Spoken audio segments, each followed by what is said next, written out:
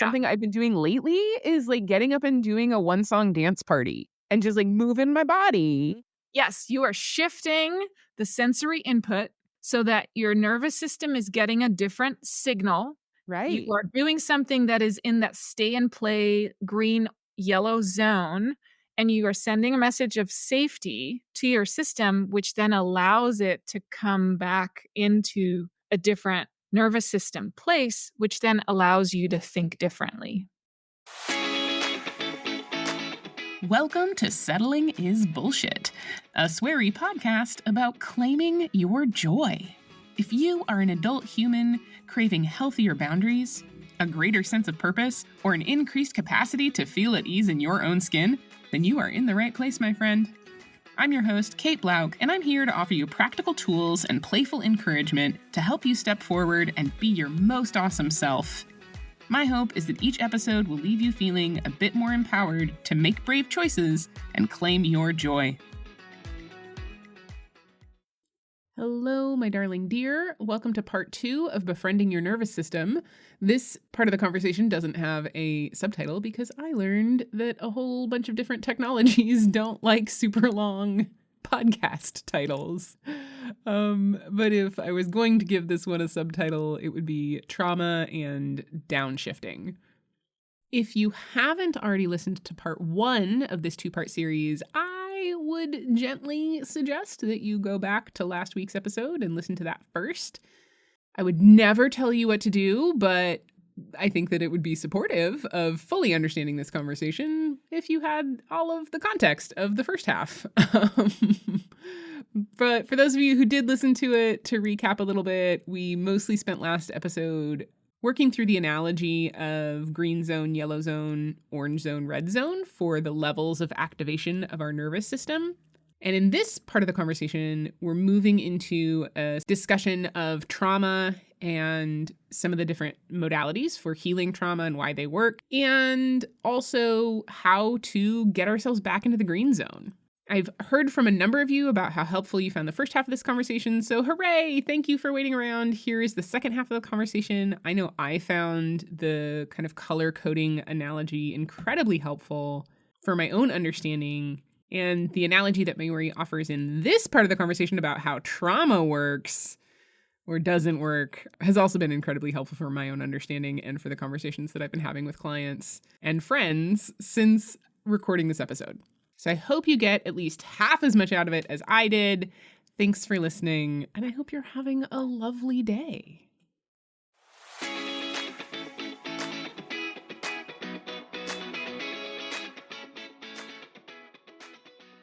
Okay. I want us to talk a little bit about trauma because I think I want us to get to like, let's talk about how we like downshift responsibly and appropriately. But like, I'd love to hear like how trauma plays into this. Yeah. And then also how neurodivergence plays into this. Yeah. And then for all you neurotypicals listening, you guys stick around through that so you can understand the people in your lives. And at the end, we're going to get to like how to like take care of ourselves. Yeah. So I think of trauma as, in terms of the data bank of the nervous system, they are like really big chunks that have a deep impression. So it's sort of like it's a really big crater that it creates. Whereas there might be little things that happen on the daily that create lots of small little craters. And they collectively, when you have enough small little craters, they also have a big impact. Yeah. Both in the positive and in the harmful or hurtful side of things. So both in safety and in threat. So trauma would be in the threat zone. Okay. And would be like a big crater, whereas like a peak experience would be a big crater in the safe zone. You know, when Okay. you've done something that's like super amazingly, awesomely cool. Yeah. Yeah. Okay. So it's happening for me in the little like land of motoring analogy that we've been playing in this whole time, right? Is that you were talking about like little divots or whatever. So it's like, oh, like potholes versus like a sinkhole is what happens when it's trauma. And then peak experiences are like speed bumps So slowing you Yeah. down and Or like, we could talk about it in terms of weight too, like mm, on the sort of like safety and threat side of the spectrum. okay. Some experiences have more weight because they just are bigger. Uh-huh. Trauma, by definition, is a really big experience that we were unable to really integrate. That is a big piece of what makes it traumatic is the fact that we weren't able to process in the moment or shortly thereafter what was happening and understand what was going on and to not get overwhelmed by it. So the survival response that we tend to have when something traumatic happens is that we then either put it away or cover it over or, disassociate from it or don't recognize it as trauma or try Right. to sort of understand it. And I've done this a lot where I try to understand the other person's experience and Mm, point of view so that I can make sense of it, yeah. almost like absolving the other person or the traumatic thing from any Mhm. sense of blame. But that was my way of like trying to make it okay. Yeah, no, totally, and the image that's coming for me is, like, throwing some plywood on top of that giant fucking pothole, and, Yes. like, you can still drive down the road, like and yeah, like, for me, it took me a really long time to recognize that I had trauma, Yeah. and the inroad for me was, "Oh, I was suicidal in 8th grade. That's probably an indicator," but I didn't claim that as trauma because there Yeah. wasn't, like, one inciting event that I could point Yeah. to. Yep. And I did the thing that you were just talking about, like, I put some plywood on it, I was like, "I didn't kill myself, it's fine." Like, I moved on, I got over it, what are you talking about? And it Right. wasn't until my 30s and, like, talking to some friends who had done EMDR and, like, I would say in the last 10 years is when I feel like this conversation has been opening up more about, like, Yeah. what trauma really is. Yeah. And then I was like, "Oh, yeah, like, when I was a kid and, like, got bullied mercilessly, both Yeah. by my older brother and at school, like, Yep. oh, yeah, that had an impact on my fucking capacity to show up in the world." Yep.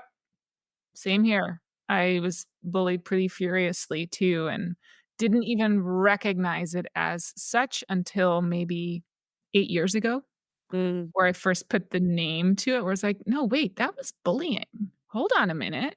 That was actually really traumatic." But the nature of trauma also is such that for the sake of survival, we often become really forward oriented mhm, or can't really acknowledge as such because it's too big of a thing. yeah, So we put it away or we just, whatever we do with it, whatever the plywood looks like.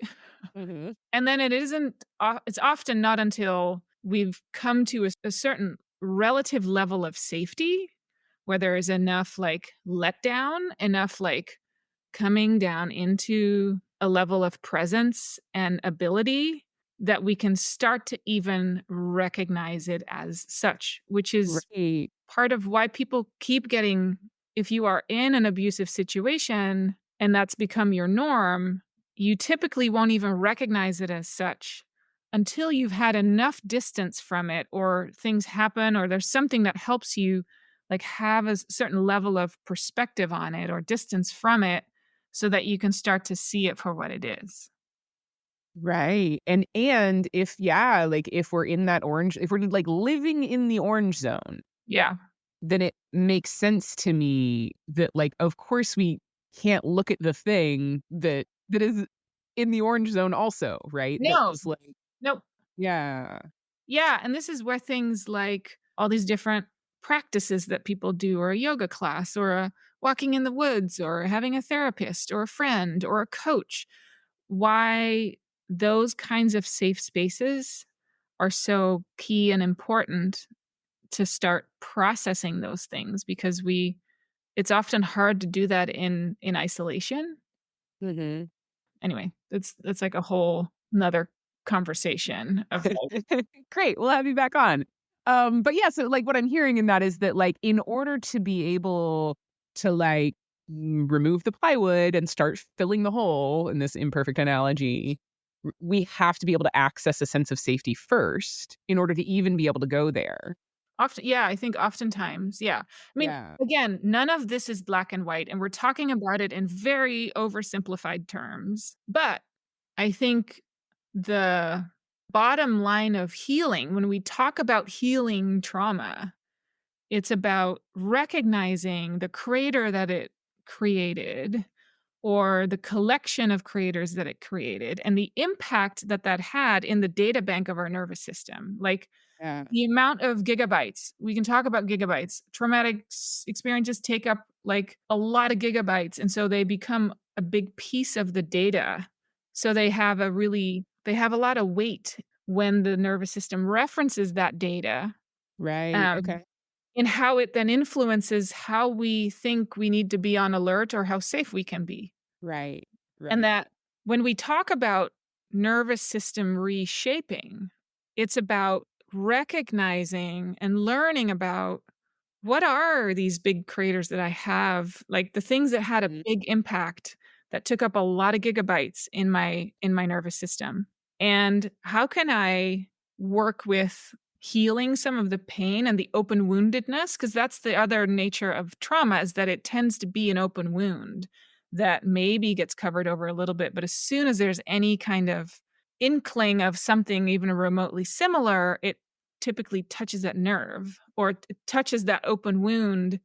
And because the brain, with one of the natures of trauma in particular, not just difficult experience, but trauma and like Yeah. PTSD, is that the way that it gets stored in the memory bank, it's a different cabinet than the cabinet that says, "This was an event in the past, and this happened, and it's not happening right now." It's Mhm. typically a cabinet that says, "This was a really difficult and scary thing, and this is happening right now." So each time that that wound gets touched, our body experiences it as if it's happening in this moment, Right. which is why it goes back into that activation that it felt it needed to go into in the first place in order to Mhm. protect you. Because all of this is an effort of your nervous system to try to protect you and keep you safe. Right. All of the things that we're talking about, all the anger, all the depression, all of the collapse, all of the coping mechanisms, they are all an effort of your nervous system and your brain to try to keep you safe. Right. Maybe misguided sometimes or Right. maladaptive, but it's Yeah. an effort to try to keep you safe. Right.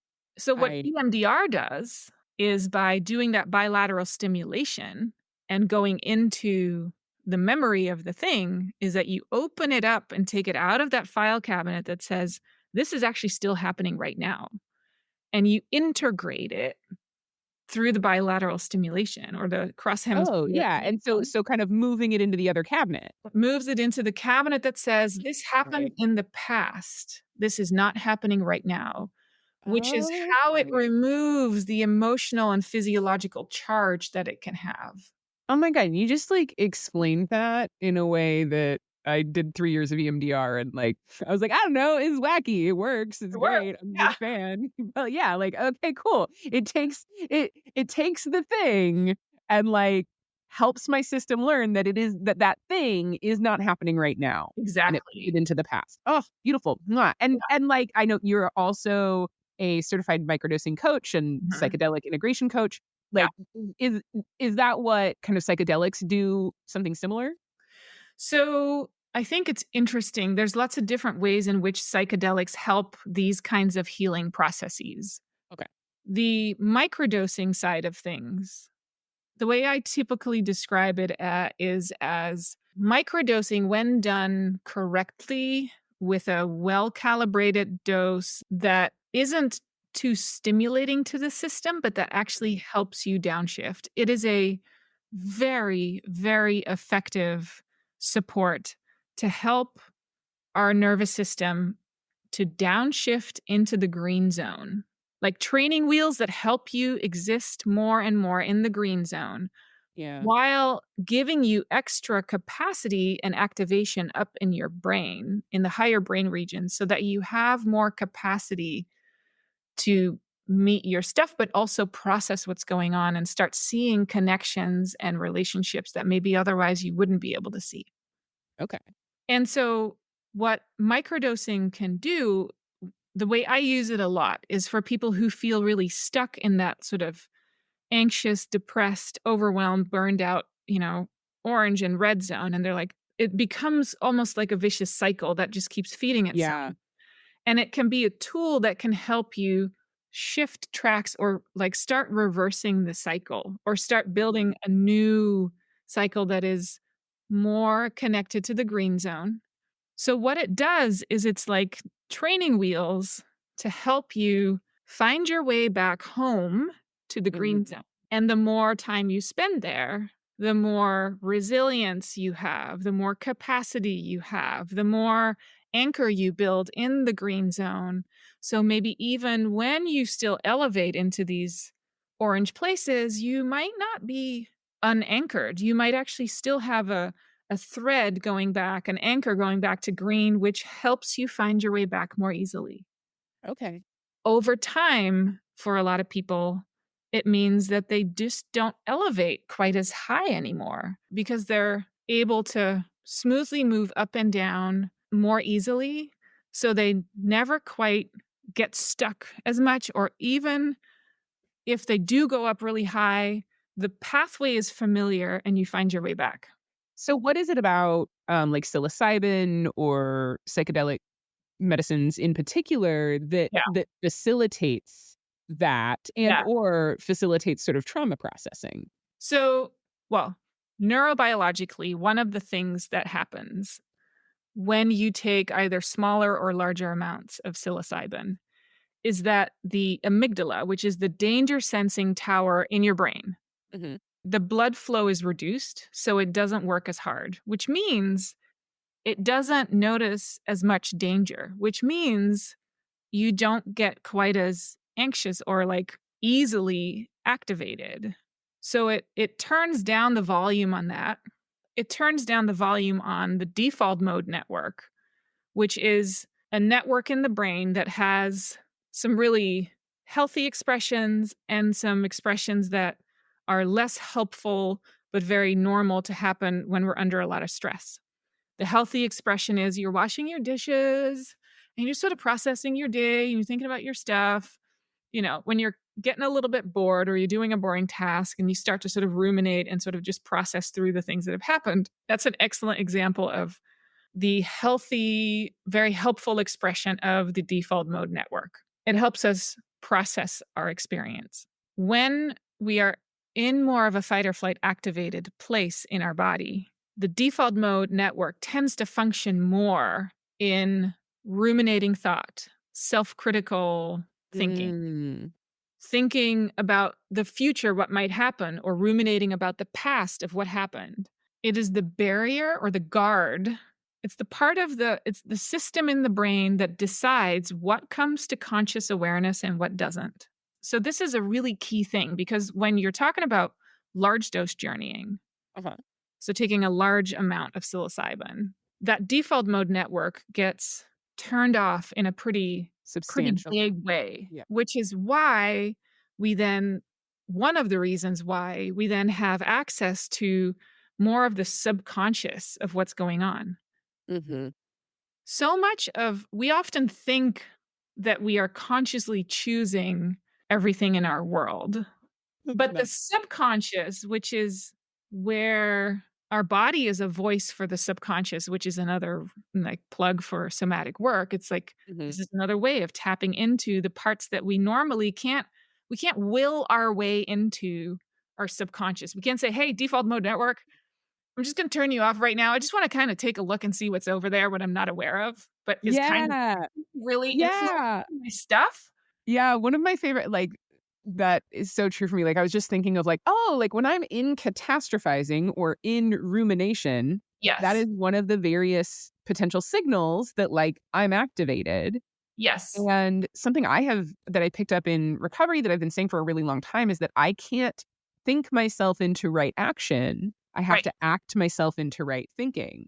Right. Yes. And that's why, like, when I catch myself doing that, Yeah. something I've been doing lately is like getting up and doing a one song dance party and just like moving my body. Yes, you are shifting the sensory input so that your nervous system is getting a different signal.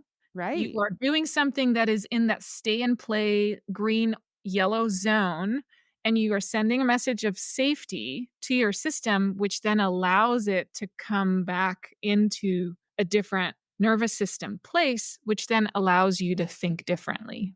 Ugh, I love that. Okay. I Yeah. want to get to how So folks who go ahead. let me take just a moment to talk about the large dose journeying and that default mode network because, well, the default mode network is one little piece of it. The other piece that psychedelics do is dissolving our sense of self. This part of the brain, temporarily dissolving, I should say, or Right. reducing.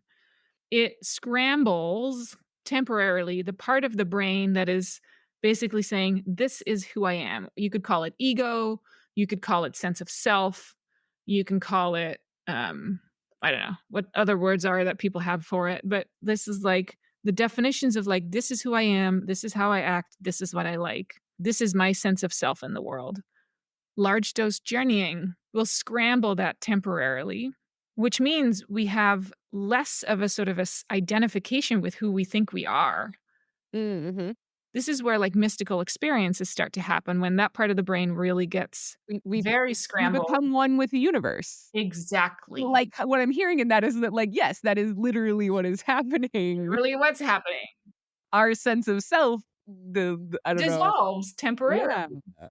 And, Yeah. like, little kids, like little babies, that sense of self is not developed yet, so they have this much more they don't make a distinction between their body and their mother's body or the rest of the Yeah. world. It's all sort of all flowing into one another, and then as we get older, we develop more of that sense of self. But the one of the powerful things about psychedelics is that it can help us reduce that sense of self and bring things up from the sub and unconscious that are actually really influential in how we see the world, how we Mhm. subconsciously believe about our place in the world or what is safe and not safe, and start to bring those things forward, but with a level of safety so that we can meet those and reprocess them in a different way that is very difficult to do without the help of psychedelics. The other piece, when you were asking about like the nervous system and the impact on the nervous system, talk about the data bank again. One of the powers of psychedelics, whether that's big journey or microdosing, which is lots of little doses over time, big crater, little craters, Mhm. is that because it tends to bring us way more in tune with this moment because it changes our perception of time. It reduces that default mode network, so we become present in the moment and much more absorbed in our sensory experience. The way that the sensory experience then impacts us is very deeply, particularly large dose journey. And because it's such a sensory immersive experience, it can become a counterweight or an equally large sensory experience, but maybe without the overwhelm, as maybe our trauma was. And we're able to meet that trauma with an equally or similarly powerfully immersive experience in the moment that can then help facilitate redefining our relationship to it, healing, processing, Right. finding different ways forward.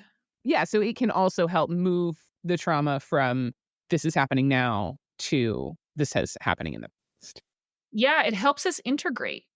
It helps us integrate experiences that in the moment were unintegratable because they were too overwhelming, and it gives us an opportunity to have a redo, if you will, Mhm. in some ways, and integrate it so that it can find a different place that is more at peace and isn't like over time doesn't hold maybe quite as much weight in our nervous system, or we're creating, the weight is still there, but you're creating other experiences within the data bank that are actually positive or with resourcedness and capacity. Yeah, totally. I mean, if I think about like some of my EMDR experiences, which is doing something similar, I would call up the memory and then would be able like bring my current adult self to my younger Exactly. self and Yeah. like give her the comfort that she needed. Yes. And like basically sort of I mean, I don't know how the brains work, but like form a new memory or like de-escalate the experience so that Yeah, then that stuff can happen in the past. And so what I'm hearing is like exactly. Yep. psychedelics also do that. They have the potential to do that. It doesn't happen by definition, and it requires, you know, taking a mushroom journey by yourself at a party isn't necessarily gonna do that. We're talking about a little bit more Facilitated. intentional supported use with integration support afterwards, whether that's a therapist or a coach or whatever it might be. But Right. there's that medicine has the potential to offer that kind of container, similarly to somatic work and EMDR and yeah. Okay, yeah, yeah. So for folks who don't live in Oregon where psychedelic therapy is legal now, what are some of the pathways to improving one's capacity to downregulate? Like, Yeah. obviously, trauma, let's go to professionals, everybody. Therapy Yes. is beautiful, but sort of general nervous system enhancing capacity to move from orange to yellow to green. Yeah. What are some of your So let me suggestions? let me define a well-regulated nervous system for you because I think there's Ooh, a lot please. of misunderstanding about that actually out there. A common sort of understanding out there at the moment that I notice a lot is the belief that a well-regulated nervous system means that you never get upset, that you always stay calm, Sorry, I'm just laughing at, that like, "Oh, getting sober doesn't mean that we, like, never have a hard time no, anymore." Right? Like yeah.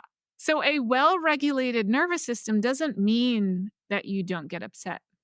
It doesn't mean that you don't lose your shit. It doesn't mean that in the face of, you know, fuckery. fuckery, abuse, like, or injustice, that you don't stand up. It means that your nervous system is able to regulate up and down smoothly to meet the demands of your life. Mm, yeah. That's what a well-regulated nervous system means to me. I like it. I'll take that definition. And I learned that from, like, Deb Dana, who's, the queen of nervous system work. Um, she was actually the main person who has taken the polyvagal theory in the past 30 years and has applied that knowledge into therapy and has been at the forefront of developing, helping us understand how do we work with this in ourselves and with other people. Yeah. And so I would say that the 101 version of nervous system regulation is like you learn a couple tools, maybe you learn a couple vagus nerve resets, and you learn some basic skills in order to like help yourself calm down when you get really elevated. So there's exercises you can do, different things you can do, like, like it's like a side bend with the eyes going a certain direction, or like things like humming or gargling or Yeah, uh, and we'll put some actual resources in the show notes on that. yeah. But it's like There's bodily somatic things you can do. Yeah, there's exercises or certain things that you can do that literally stimulate that vagus nerve, and when we stimulate that vagus nerve, it gets encouraged to downshift into parasympathetic safety, into the green zone. The higher the tone, so the vagus nerve has a certain level of tone, and the way that we can measure that is through heart rate variability. The way that your heart rate can, the spaces between your heartbeats. Basically means if you were like every time we breathe in, it's kind of like a stimulation to the sympathetic system. And every time we exhale, there's a stimulation of the parasympathetic nervous system, so that green zone. Mhm.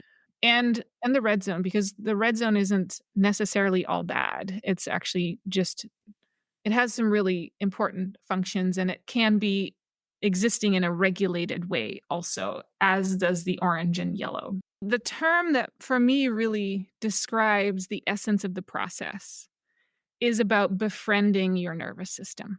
Okay. And it is a process over time, and that can take, you can dive as deep as you want into this, but it's the process of learning to recognize what you feel like when you're in different these different zones, Yeah. starting to recognize the thoughts, feelings, and behaviors that show up when you're in these different zones, and then learning to partner with your system to either respect where it's at so that you can do an activity that can actually help it process where it's at. Like if you're in a really that's like the completing the stress cycle that you mentioned. Mhm. If you are in a pretty anxiously activated place, like trying to just tell your system to like calm down is not particularly respectful. But if you were to go for a little run or do some dance party, you would meet the needs of your nervous system in that moment, as well as bring you back down to the place where you would rather be, which is Mhm. maybe in a little calmer, more regulated, or a more easeful place, more safe place, we should say. Yeah, right? Like, just thinking about earlier when we were talking about, like, like, "It'll be okay," or "Just calm down," or "Don't worry about it," Yeah. versus, like, "I see you," and that's hard, Yeah. right? Yep. So, yeah, like, if I'm doing that to my nervous system, of course it's like, "Fuck you, Kate," like, "You're not listening," right? "You're Yes. not listening to me." Yeah. Oh, Yeah. poor little nervous system. It just feels Yeah. so hurt. Well, and it's like we have these like 2 brains basically. There's the brain, our thinking brain, and then there's our Yeah. body brain. I mean, some people are like, "We have multiple, we have 6 brains." But for this purpose of this conversation, we're gonna say, let's focus on these 2 brains, our body brain and our head brain, our cognitive brain.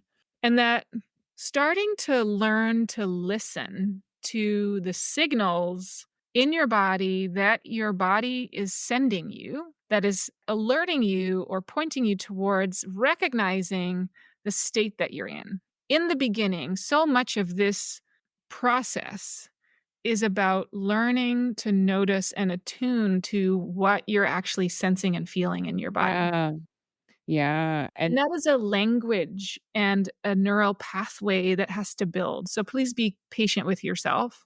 yeah, like, my own experience, like, it takes time, Yes. and especially when we're in a state of, like, chronic stress, chronic Yes. anxiety.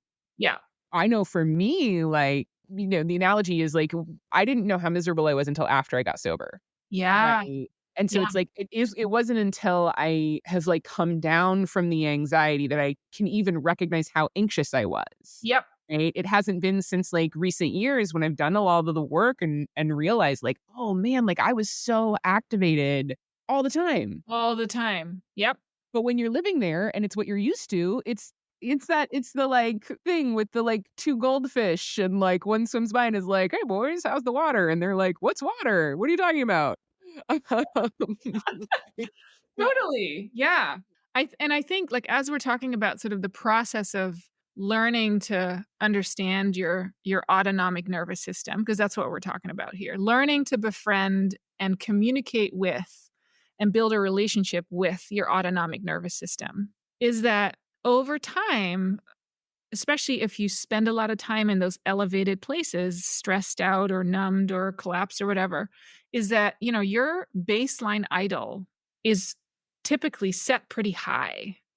And Yeah, what can happen over time with doing this kind of work is that you adjust your idle down to a lower RPM. right. And that Right, is, and by idle there, you mean, like, you mean kind of where our, like, level of activation is on the sort of, like, daily basis on where the we're daily, kind of like, our starting point, right? It's yeah, sort of like the default place.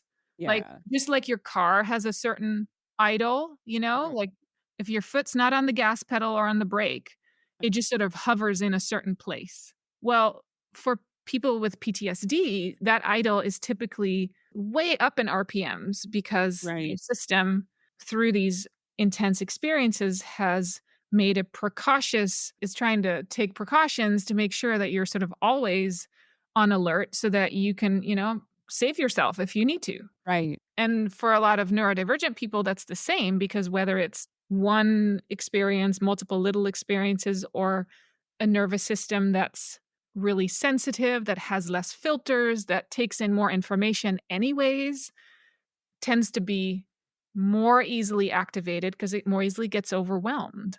yeah. And so that's where a lot of those connect. Plus, for a lot of folks, there's a little of both going on. There's some traumatic stuff and there's, like, some neurodivergence. Like, this is Yeah. really common, right? The Yeah. statistics are pretty clear around that. Nervous system work and reshaping the patterns of your nervous system and how it moves between these different states. It's very rewarding work to, at least in my experience, to spend some time there and to get to know your system, because one of the things that I see happening, that I've experienced in myself and that I see out there and with clients, is that so often our head, our like cognitive knowing wants one thing, but our body is in a totally different place. Yeah. It's like my head is like, I want to relax and enjoy this vacation. And my body's like, I'm still in the orange zone and I don't really know how to get out. And I'm not going to be able to get very comfortable on this lounge chair because, oh my God, I got to just keep busy because there's all this stuff.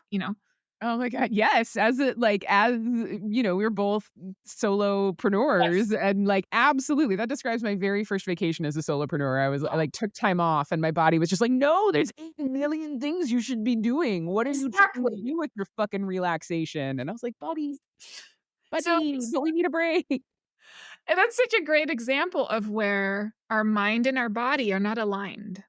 Yeah. And what you can do through more of this befriending your nervous system, getting to know yourself in that way, and building skills and ability and capacity and resilience is that you start to align the mind and the body, and you come into a place of alignment and resonance. And when our mind and our body can be in the same place, that is when we can be at peace. That's when we can have a sense of ease and joy and presence and congruence.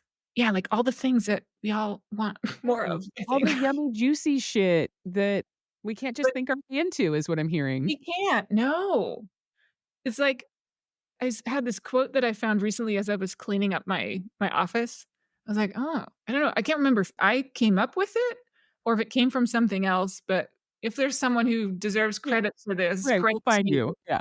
If you could have thought your way out of this, you would have done that a long time ago. It's not for lack of cognitive capacity, it's an embodied experience. Mm. Yeah. And I really like that befriending Yeah. word, right? And that certainly describes my experience with all of this is like because I feel like a lot of it was just so combative for a really long time. I was like, Yeah. why can't I just learn? Yeah. I'm thinking real hard, like, why is this happening? What's going on? And I'm like, trying so hard. Like, I'm yeah, trying my best. I'm trying so hard, and yet my body isn't cooperating. Or yeah. And if I think about, like relationships, like Mhm. relationships where one person is just, like, calling the shots all the time Yeah. usually aren't great, right? So no wonder my body's like, "Fuck you, I'm not listening, like, you're not listening to me, like, I don't want like, fuck your dictatorial bullshit, like, you Yeah. need to listen to me, bro." Right. Yeah. But it's like, I think, I was listening to Deb Dana's book, and she gave this example of, like, what sort of attuning with your nervous system and your brain can look like, and she was like, I had this plan this one day to, like, have a slow morning and just sit down and have my coffee and, do some writing, like, just, that sort of writing practice, and then I woke up and I had a certain level of, like, anxiety activation that was there. Like, there was a level of Yeah. mobilization in my system that was not aligned with the plan that I had for myself that morning.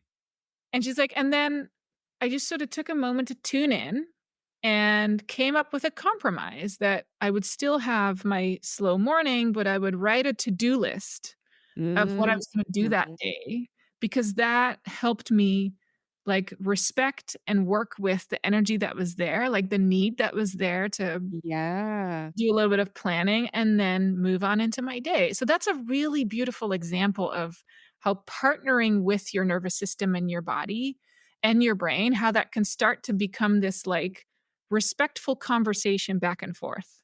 That exact example, I have absolutely 100% had that experience of, like, waking up anxious and Yeah. being like, okay, like, let me write the to-do list so that it's Yeah. not just like spinning.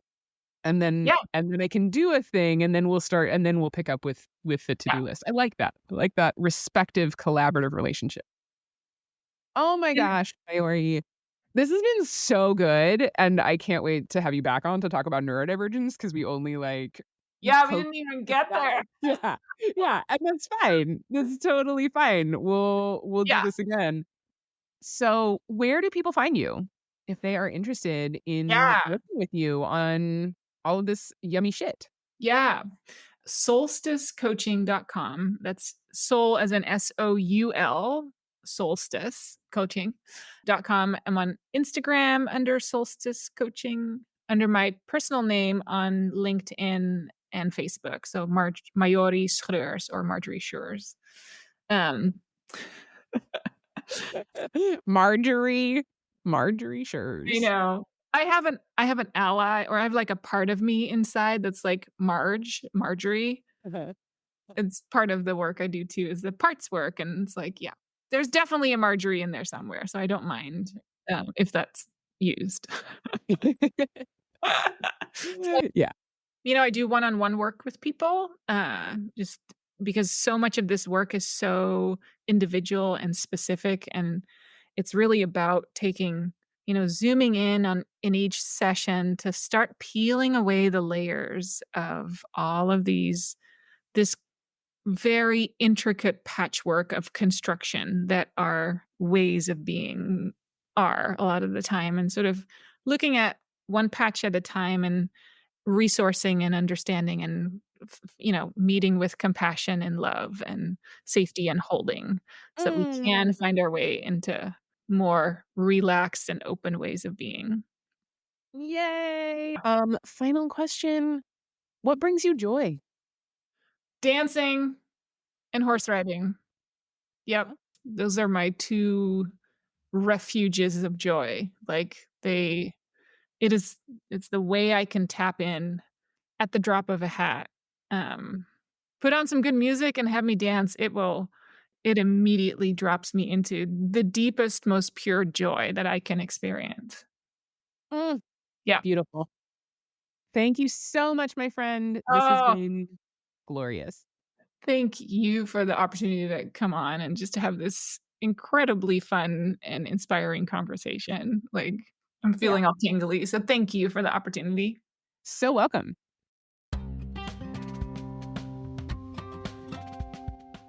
Okay. Say your name for me one more time. Marjorie Schreurs. Okay. And it is Dutch. Yes. And what are all the sounds that are involved in that? Okay, so there's Schreurs. Okay. It's like the CH is a in Dutch, and then the R is rolling, and then the EU is an which is like a combination vowel sound. So it's you stick those all together and it's Schreurs. Please. Oh my god, that's so good. I did it. Okay, amazing. Thank you so much for listening. If you enjoyed this episode, please help me grow the podcast by subscribing, leaving a review, and sharing it with anyone you think would benefit from hearing it too. Your support means the world to me. If you'd like to get updates about new episodes, posts, and offerings, please visit settlingisbullshit.com to subscribe to my newsletter. You can also find information there about working with me one-on-one to build your most amazing life. Until next time, remember that I believe in you and that you are fucking awesome.